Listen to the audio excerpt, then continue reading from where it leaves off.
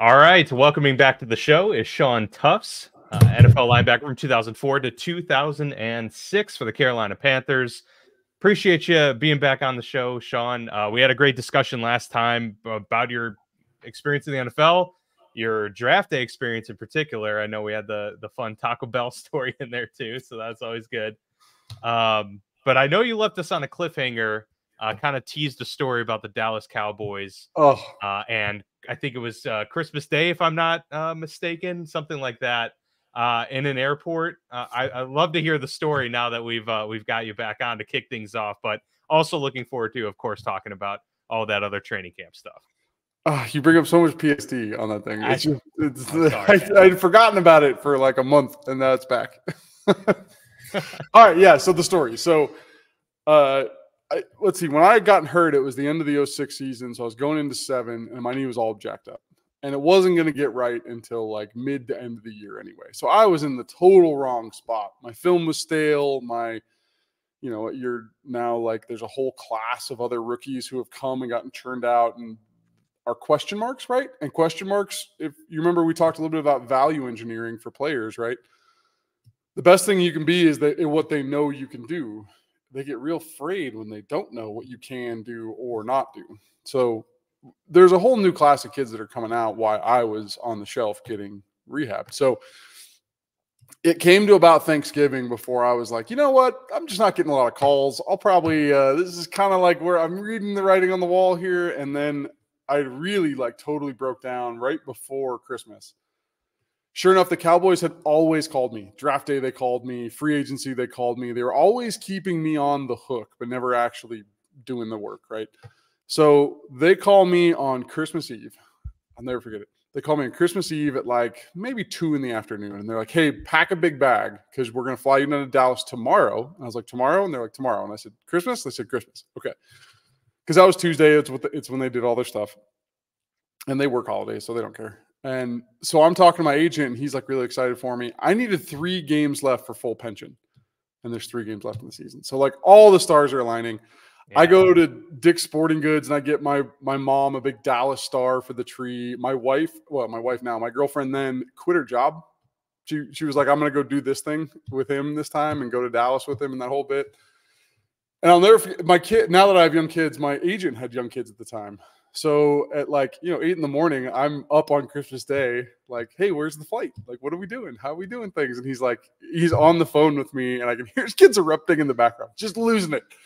Absolutely excited about toys and just cracked out on, Legos and all that kind of stuff.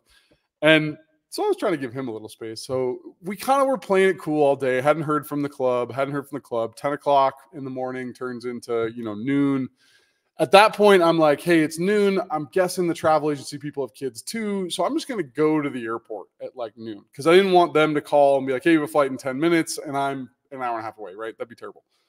So I live in Denver. I'd go drive to DIA and I sat in this one corner of the parking lot that I don't go back to anymore. I'm going to the airport tonight, not parking there.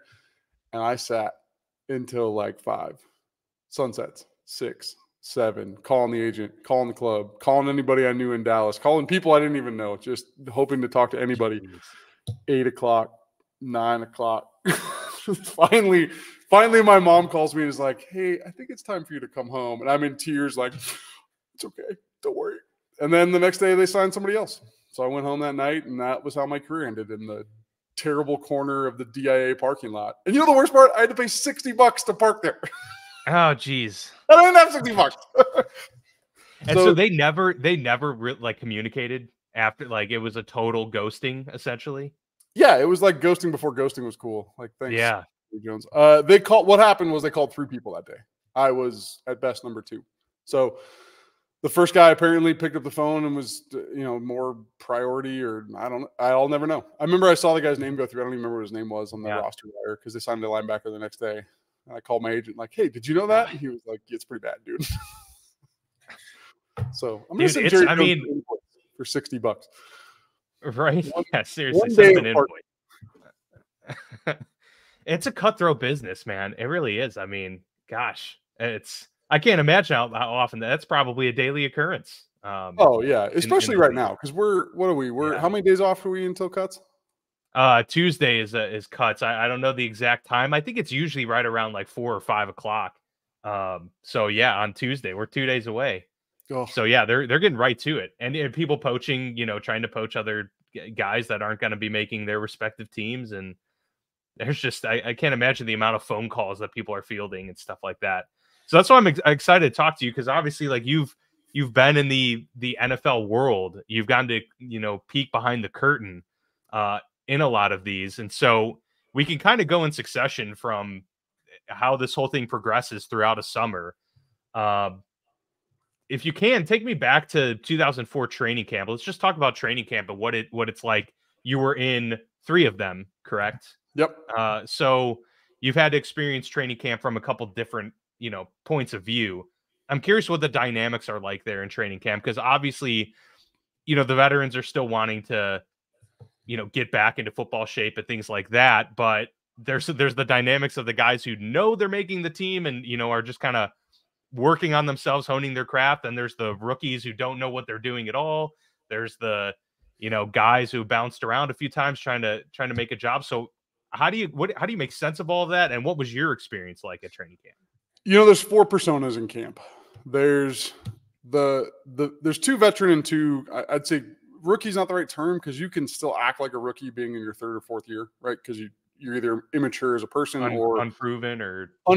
You haven't got the right looks, you haven't got the right game film. Like you can still functionally be like coming off of 4 years of practice squad and still be looked at the club like a brand new guy. So I would say from a veteran perspective, you got a core group in every city that they know they're in that core group, right? The $10 million man, right? Like they know they're not getting cut. And they're going in with a different goal set. They're like, I want to do Super Bowl. I want to build this team. I want to build my own deck. So they're going in to stay healthy in the camp. They're going in to improve some things that, kept them out of the Pro Bowl or, whatever. So they've got a different agenda. And so that for me was a guy named Steven Davis. Remember that guy? Oh yeah. Yeah. Yep, absolutely. He was winding his career down in Carolina, and he knew he was like kind of on the last like 1 or 2 years, but he was going to get those 1 or 2 years. So every time, and I was a rookie, and I was 18, or what was I? I was 22, made a medal, could do anything I wanted athletically. And every time I got near that guy, he'd curse me out. Don't touch me. What are you doing? I don't want to get hurt in camp. That's what he didn't want to do, because he had sensitive knees, and I got it. And I'm running up and like hitting him on the butt, and he didn't want any of that. So that's one persona. The second persona is the vet that doesn't know. The vet that just is like, you know what? They called me in on this contract. I'm making, $1 million a year or something like that. It's good. It's not great. I don't know if they really like me. They brought in this other guy. So that guy's a little on the edge. So his behavior is going to be calm, collected, cool, nervous as hell. Because they know that they're like, if something doesn't work out, man, it's just not going to be easy to get back in the league in your 8th, 9th year. Maybe this is your last go round and you don't know it. So those guys they behave like rookies, but they don't look like rookies. So then on the other side, I remember my first year when I got a little more experience, you land in a place and you don't know anybody. It's like the first day of kindergarten is what it feels like. You got to walk in and figure out which teachers like you, who's going to help you, what equipment guy is going to get me my stuff, like where's lunch, right? And you're just walking out like your eyes are like dinner plates and you don't know what's going on, and you got a job to do, and like give me a helmet and give me cleats and get out of my way. And you're trying to find who you can trust, because there's in any locker room there's let's say linebackers, they'll go into camp with 4 to 5 deep at every linebacker position, right? That's what I know. And you don't know who's going to be friendly with you or not. I had one great peer, a guy named Chris Draft. He was in his 6th or 7th year out of Stanford. He was confident in who he was, and he was going to help me to his own detriment. But he was like, you know what, man, if I give you this tip and you beat me out for it, so be it. I don't care. I had another guy who would tell me the exact wrong answer and things to do that shouldn't be done and wrong ways to do things, because he was trying to sabotage me. So you're walking around trying to figure that out. Who's got my back? Who doesn't? And it's zero sum. You're competing with guys, and at the end of camp, 25 guys never put on a helmet again. And you got to live with that.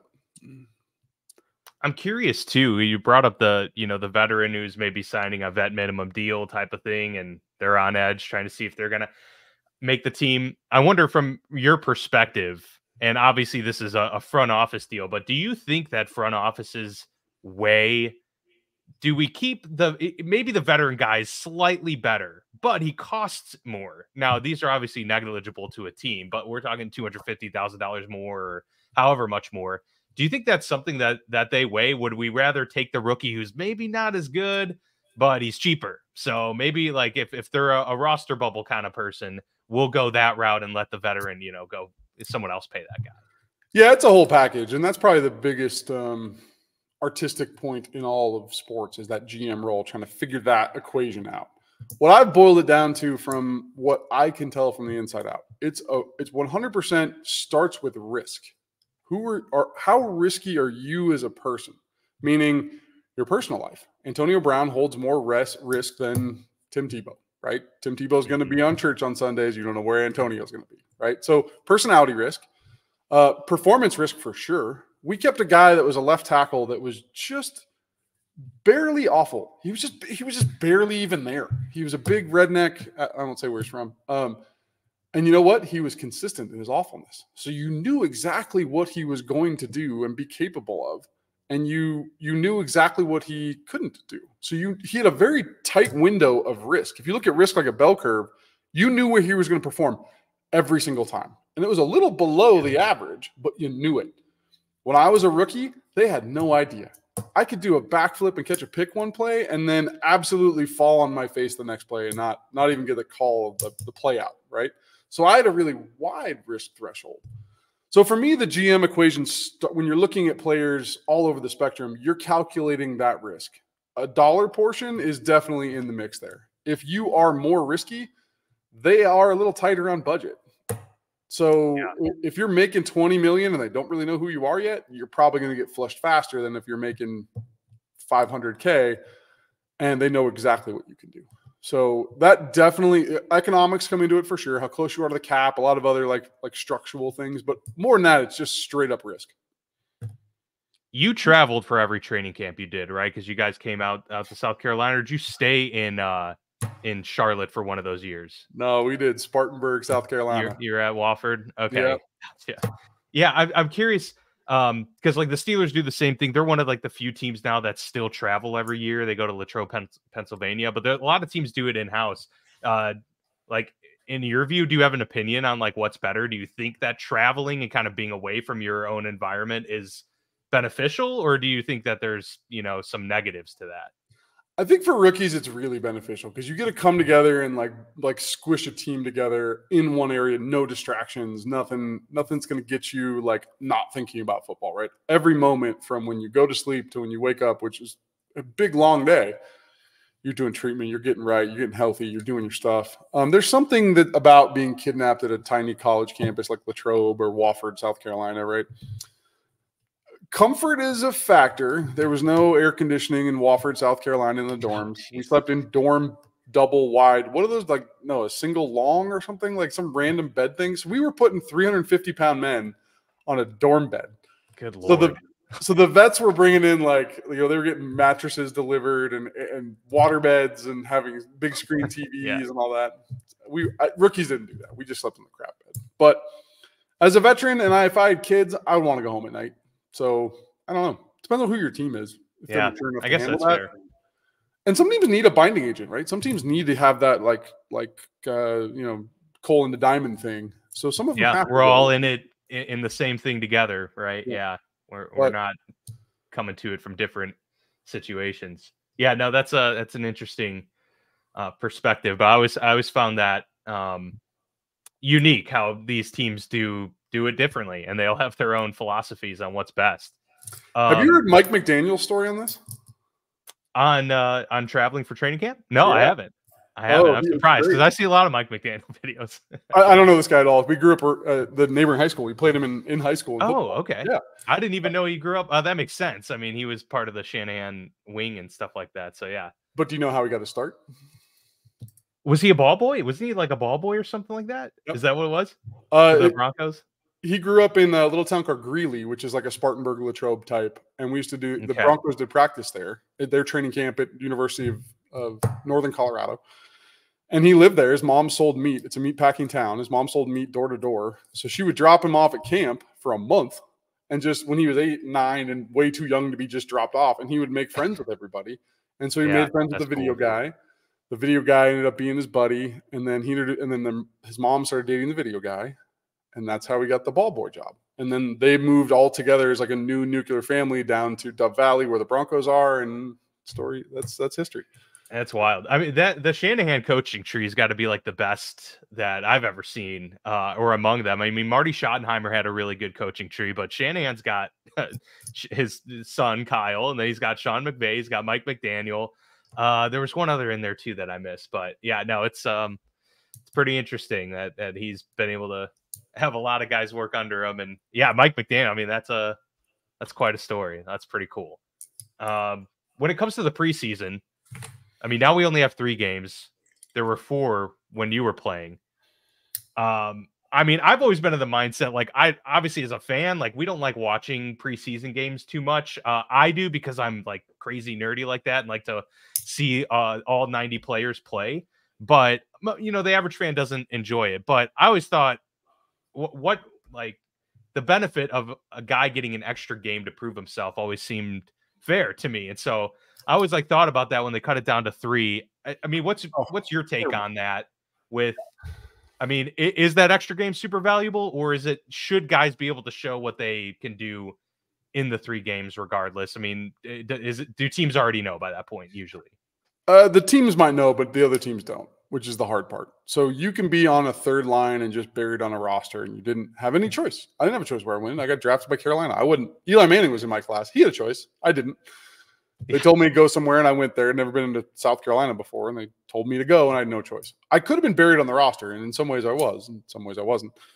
I think it's a real detriment to the value of the league not having more opportunities for those guys to show their stuff in live bullet fire. So what ends up happening is you might get buried on your depth chart, and if you could be just standing on the field, then coach will say, hey, you got the next series of snaps, and then the game ends.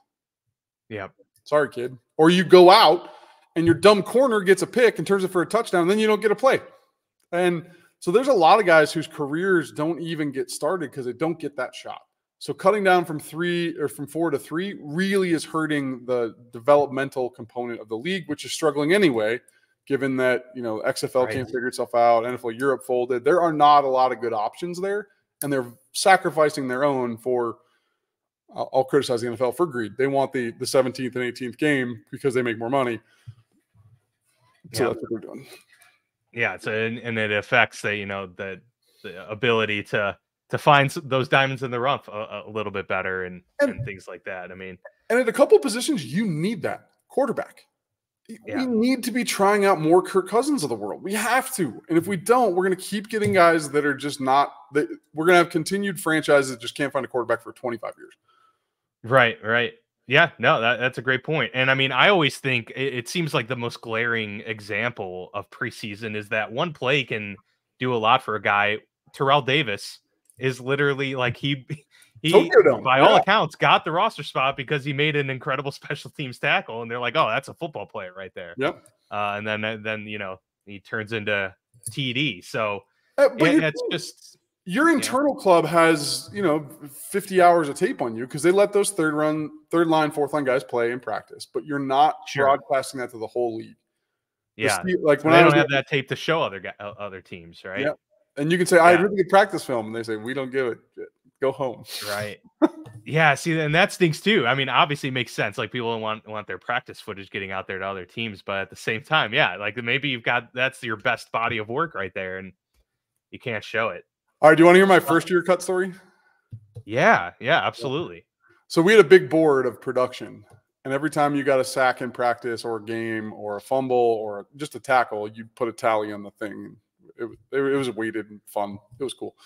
Linebackers, D-line, and corner or defensive backs all were in competition for one thing. At the time, iPods had just come out, like the little skinny one, right? Oh yeah, so the Nanos or whatever. Yeah, the Nanos. Yeah. Yeah. So he had 3 of them, the DC, and he was like, "Yeah, we're going to give one to each position." Okay, cool. Julius Peppers out to a commanding lead at the start of camp, just absolutely murdering on points. Hall of Famer, like no one could block that guy in all of the league, let alone training camp. Ricky Manning Jr., who was a UCLA guy, played in, had 3 picks in an NFC title game, like just a great player. Unheralded, I think, a little underpublished. And he was running first line. Obviously, he was a starter, and he was racking up points, so he was dominating there. And then I was running third team, and we had this cat that just could not block at the end of the line. He was playing left tackle, and we kept running me off the edge. And this guy was slow-footed, and he was never going to make the training camp. I don't know why he was there. And every time I probably got 15 to 30 sacks off this guy in third line. And I was just running directly by him. I wasn't even putting a move on him. I was just a little bit faster and figured this out. So I won for us. So linebackers, I won. So Dane Morgan, who's not the GM, he's making like $30 million a year, and I'm cleaning up the iPad. So I go in.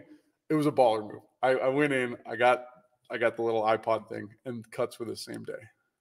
Guess who got cut? Still holding his little iTouch or whatever that thing was. So I'm holding it, and the coach cuts me, and I just slide it back on the table and walked out. Oh man. Brutal. How about that? That's, I mean, and you basically know when you get called to the office. Oh, like, yeah. Is that's the call of death, so to speak? That HBO is so real. You're sitting by your phone. You're walking through the lobby. You're hiding. I was hiding in a locker the second time I got cut. Like, you're just like your locker's kind of big, so you're kind of like sitting way back, and the guy walks by, and you're like, oh. Yeah. And yeah, it's totally that moment on HBO. Everybody that's on the bubble is kind of like iffy that day, and you're either doing your workouts or you're just doing anything to keep yourself busy. Yeah. And is it basically, I mean, you don't know that you made it until the clock just hits the deadline? Is that really like when guys know that they've made it? They have to sweat it until the 11th hour, basically?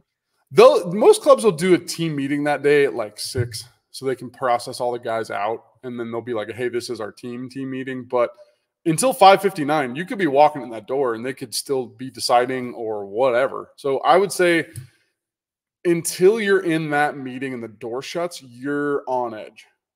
Everybody's on edge. Just like, what's going to happen? Like, where are my friends, right? I got close with this guy. Now he's gone. I was sitting behind a guy in the roster that cut him ahead of me. Like, what's that about? So I would say there's probably, of the 53 spots, I would say there's 10 to 15 every year that are contentious, right? It could go one way or another. They could keep an extra running back and then cut a linebacker, and you're kind of balancing that special teams piece.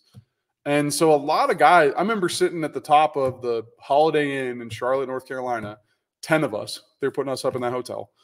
There was a pool up on like the 30th floor or something crazy. And we're all sitting there like exhausted, proud we did something hard. And all of us are sitting here saying, what if they keep this guy and then they cut him? What about that vet? And we were going through all the possible scenarios. And you know what? All wrong. We got it all wrong. I remember one guy was packing his bag because he was like, I'm definitely out of here. There's no way I'm coming back. I'm a backup long snapper. That was his legitimate position. He made it. Wow. You don't know what the GMs are thinking. You don't know what the head coaches want. You can't do the crystal ball and where they predict that value score of someone else. And you never know. So how many times did you unfortunately experience that? I got cut all the time. I got cut mid-season. I probably got cut 5 times. And then like towards the end, it was like, hey, I'm just going to keep my bag here. And they were like, yeah, it's probably fair. We're going to bring you back in 2 weeks. Yeah. Okay.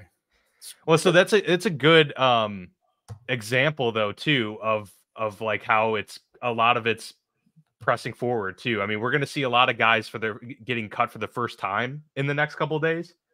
How do you, what does the mindset have to be in order for them to like keep their career going?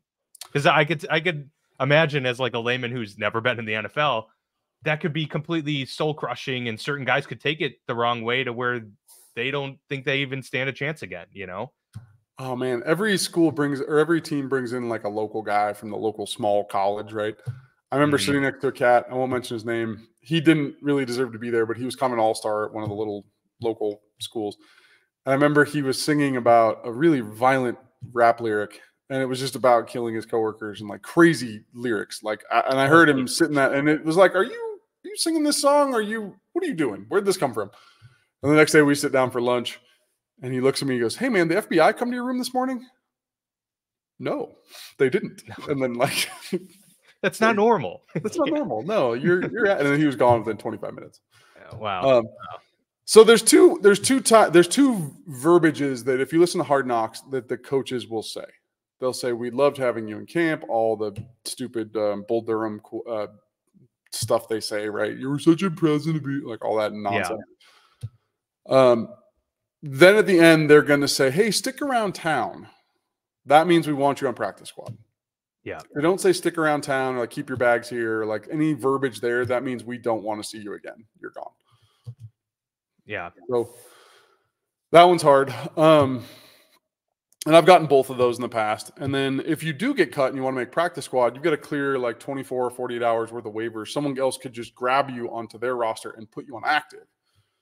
So they wait around. So you end up like going home and packing a bag and calling your mom and crying. And then, you get the call that like, hey, we are actually going to bring you back out, come back to the locker room, re-unpack your hefty bag full of cleats. Like, yeah. I mean, there's really not much time to wallow in it, right? Because within the next day, you could be on a plane somewhere else, or you could be circling back onto the practice squad. I mean, there's still jobs to be had. It's not the end of the world. For a lot of guys, it is. It's going to be the end. But for a lot, there's still definitely those opportunities out there.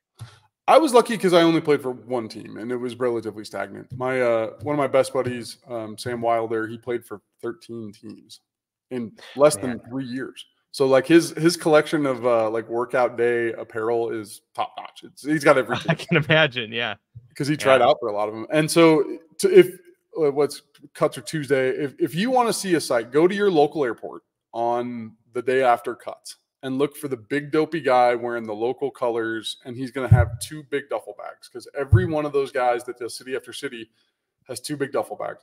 One of the duffel bags has like a collection of books, an Xbox, protein powder, like some like massage sticks and stuff like that, and the other one's full of clothes.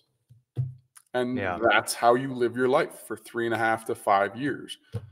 And I told that story to Joel Klatt, who's a teammate of mine in Colorado, and he was like, "Oh yeah, minor league baseball was exactly the same. Like you just traveled light, you knew what you had to take, and you knew what could keep you busy in a terrible Holiday Inn in somewhere weird for months at a time." Sure.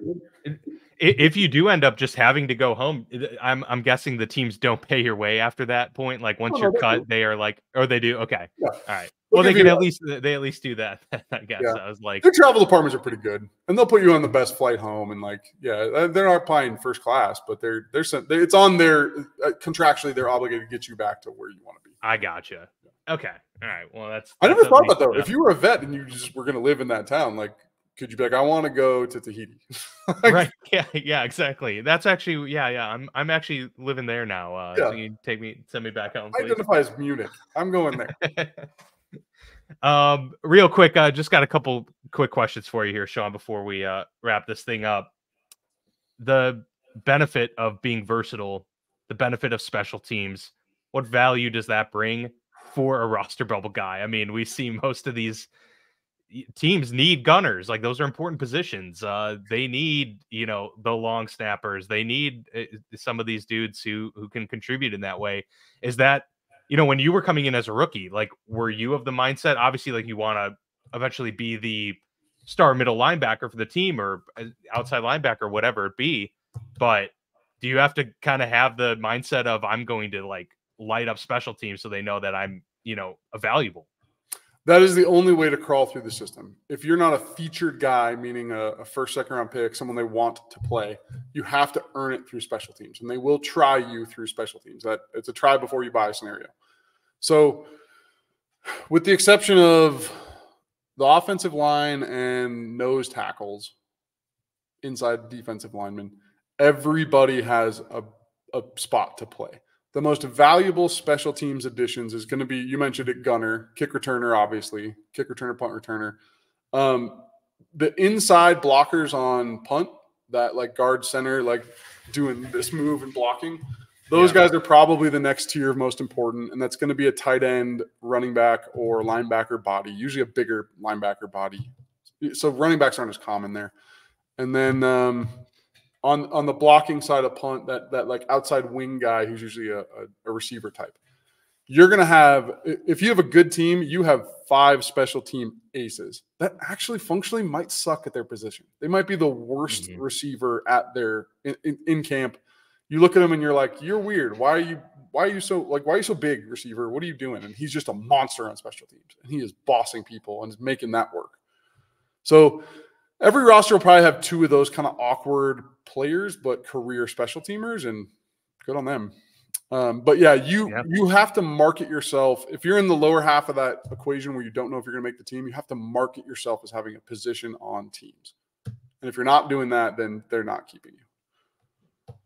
For sure. Yeah, no, it's those seem to be super important. I mean, teams even end up going and signing guys specifically to play those roles if they don't even feel that they have one on their 90-man roster when they go through training camp and stuff. Yeah.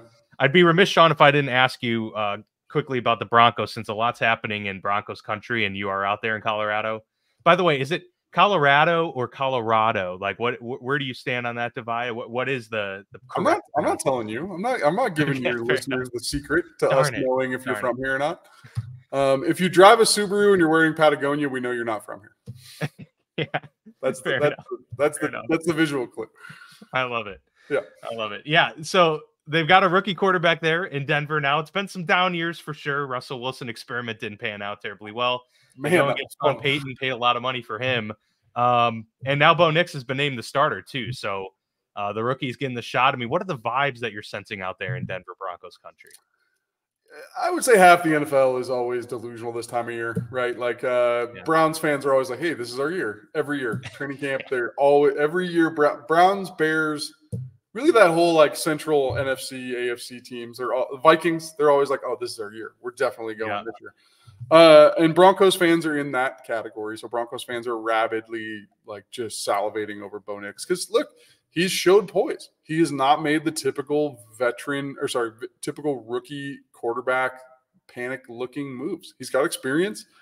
He seems like a calm customer. He seems like he's got control in the locker room. He's doing everything in the preseason that makes you want to get excited. And then you're like, he's a rookie. And then you want to jump out. There's always, Yeah, the biggest issue for the Broncos, too, is that, unfortunately, they play in a division with Patrick Mahomes and the Kansas City Chiefs, so that's always a tough yeah, but then you also have the Raiders and the Chargers, which fair. Yeah, we'll see if Jim Harbaugh. I'm optimistic about what Jim Harbaugh can bring to the Chargers this year and maybe get the most out of Justin Herbert. But yeah, we'll see. I know there's a lot of optimism though around Sean Payton finally getting his guys type of thing, because that relationship with Russell Wilson didn't seem to be going too terribly well. Boy, that was fun to watch though. Like, I'm sure the local media out there probably had just a field day with they had plenty of stories and material to talk about for days on end. It was too bad to see Sean Payton take the low road. I did not enjoy that. I think the low road is reserved for the Raiders. And I think he just really lived down there during that Russell thing. And I think it made himself look really petty. And now I'm a fan. I don't know Sean Payton at all.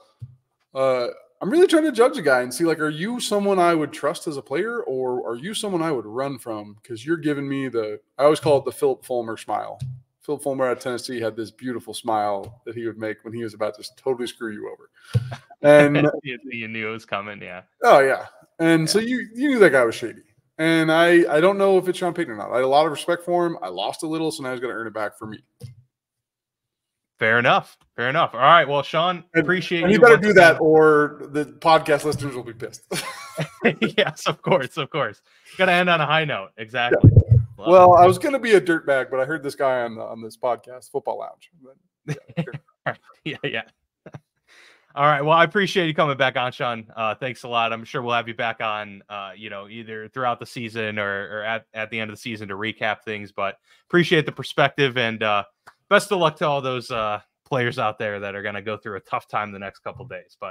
And if you see a guy in an airport on Thursday afternoon and he's got 2 big bags and he looks real sad, buy him a beer. He needs a beer. There you go. Yeah, put your arm around the young man, and yeah, he's going to need it for sure.